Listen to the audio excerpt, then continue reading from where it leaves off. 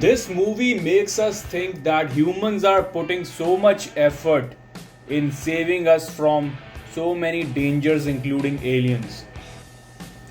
How they have shown that they sent an instrument during the moon landing to save us from an exponential danger, and other humans are not even aware about that. So they are putting so much effort, then imagine how much work God has been doing for us. That is the reason many developing countries, including India, get so much attracted towards these developed countries, including USA. And millions of people try to immigrate to the USA or Canada, while the so called religious people in developing countries, including India, say that there is nothing in the hands of humans, everything is under the control of God. Both of these people are wrong in their thinking. Also, many think they are saving planet Earth, and others are thinking they can destroy it. Again, both of them are wrong as well. So, who is correct? Humans are not controlling, and neither is God. So, how is everything happening? Because when you take one scenario and if it fails, you move on to the other scenario, and this circle keeps on going and you keep on switching because there seems to be only two cases. That's why you need complete knowledge to understand all of this, since there is a third scenario as well, the third case. That is why I have repeatedly told you that this Bhagavad Gita is not metaphysical. This message of Krishna to Arjuna is not philosophical or elemental knowledge. It is of psychology. That is why he is saying that it is like this. And when a soul travels, I told you how it travels. What about the journey? Only this much is known. Only this much has been known.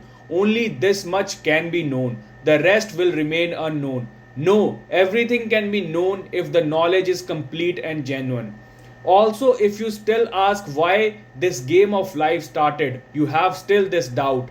The reason is since you haven't reached that stage practically. So, unless you become one with the Creator and then with the honor, you will ask this question again and again and won't be satisfied. Since Gita is all practical.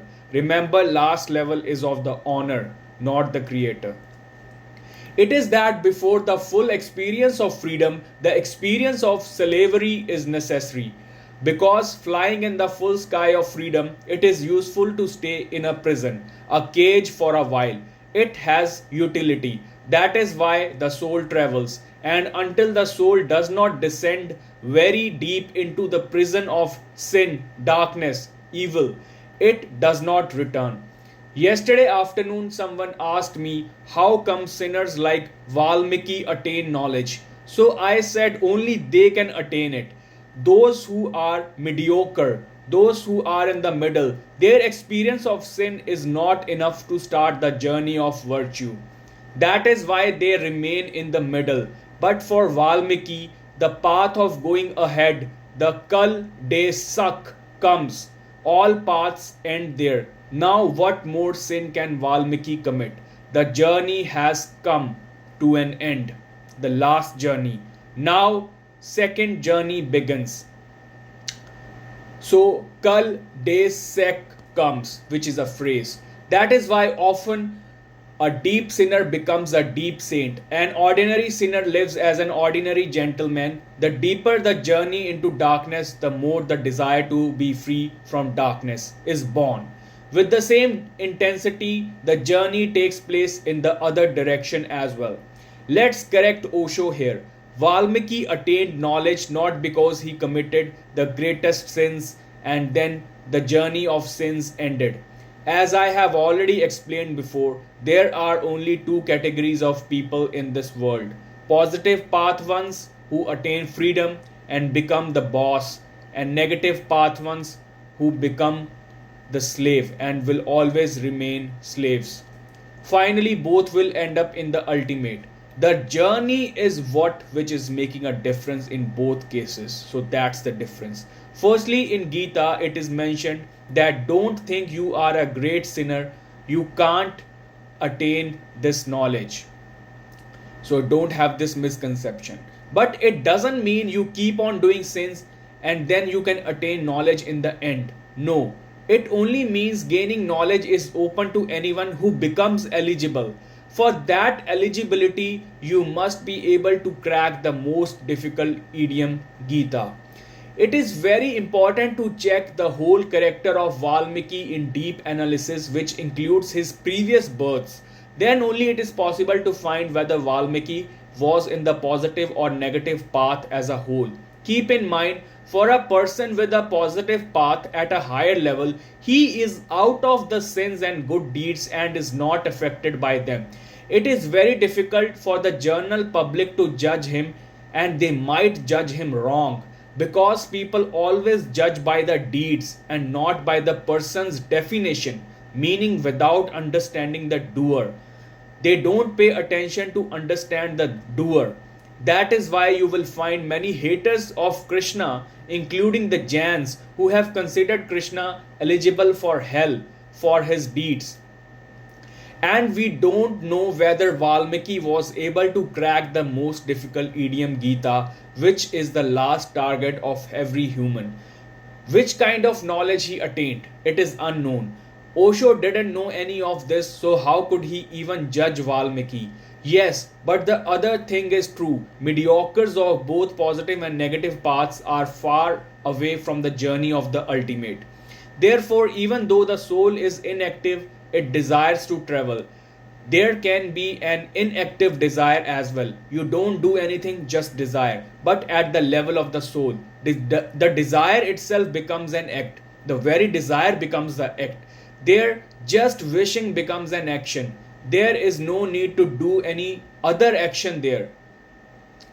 Osho is speaking about the mind here and has given the wrong definition of soul here as well. That is why the scriptures say that when God desired, the world was created. The Bible says that God said, "Let there be light," and there was light. He said, "Let there be light," and light happened. There is no action between. Let there be light and the light happening. There is only a desire. So in between them, the soul's desire to know the darkness and the journey begins. The soul's desire to be free and the journey begins. The soul's desire to know the ultimate truth and the journey begins. Again, correcting Osho here, that God mentioned here is the creator, who is a lower version of the honor, since the Bible is focused on a particular level, whereas Gita is talking about the last level, which includes Bible as well. Also, what Osho is calling here as soul is basically the mind.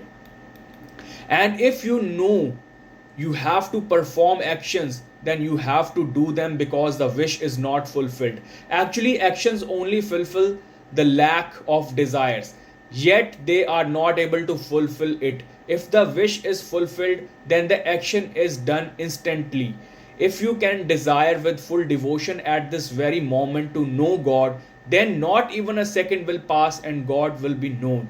If there is an obstacle, it is not due to the lack of action. The obstacle is because of the inner mind, which is not fully saying.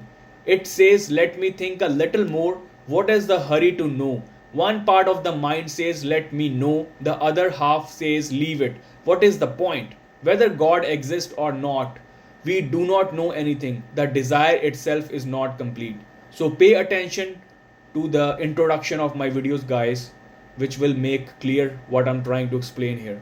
Welcome to Super Science University Bhagavad-Gita, which only can fulfill any of your wishes, aka the real Santa. And it will give you permanent happiness and your freedom in the end. And it is a permanent solution to any of your problems, the highest, most prime, secret, and the only complete knowledge, which is the source of everything, and it answers every possible question. As I always says, please refer to Yatharth Gita by Swami Adgadanand on yatharthgita.com or Spotify, which is the only genuine and complete source of knowledge.